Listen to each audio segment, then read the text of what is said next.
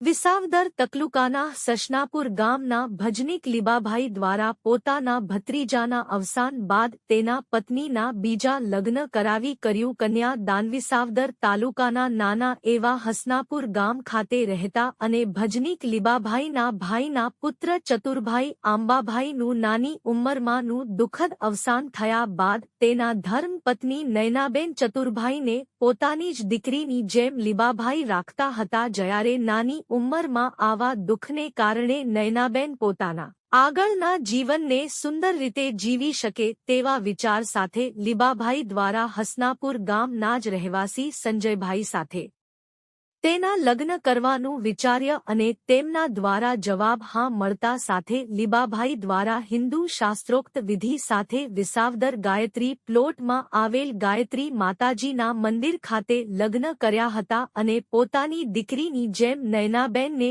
રાખતા લીબાભાઈ દ્વારા કન્યાદાન કરવામાં આવ્યું હતું। જ્યારે આ કન્યાદાનના એક ભાવુક સમયે સૌ કોઈની આંખો ભીંજાઈ હતી। જ્યારે ગાયત્રી મંદિરના પૂજારી ભગવતી પ્રસાદ દ્વારા લગ્નવિધિ કરવામાં આવી હતી। આ તકે જ્ઞાતિજનો અને સગા સ્નેહીઓ આ લગ્નમાં હાજર રહ્યા હતા અને ભજન કલાકાર તરીકે ઓળખાય એવા લીબાભાઈ દ્વારા એક સુંદર કાર્ય કર્યું હતું।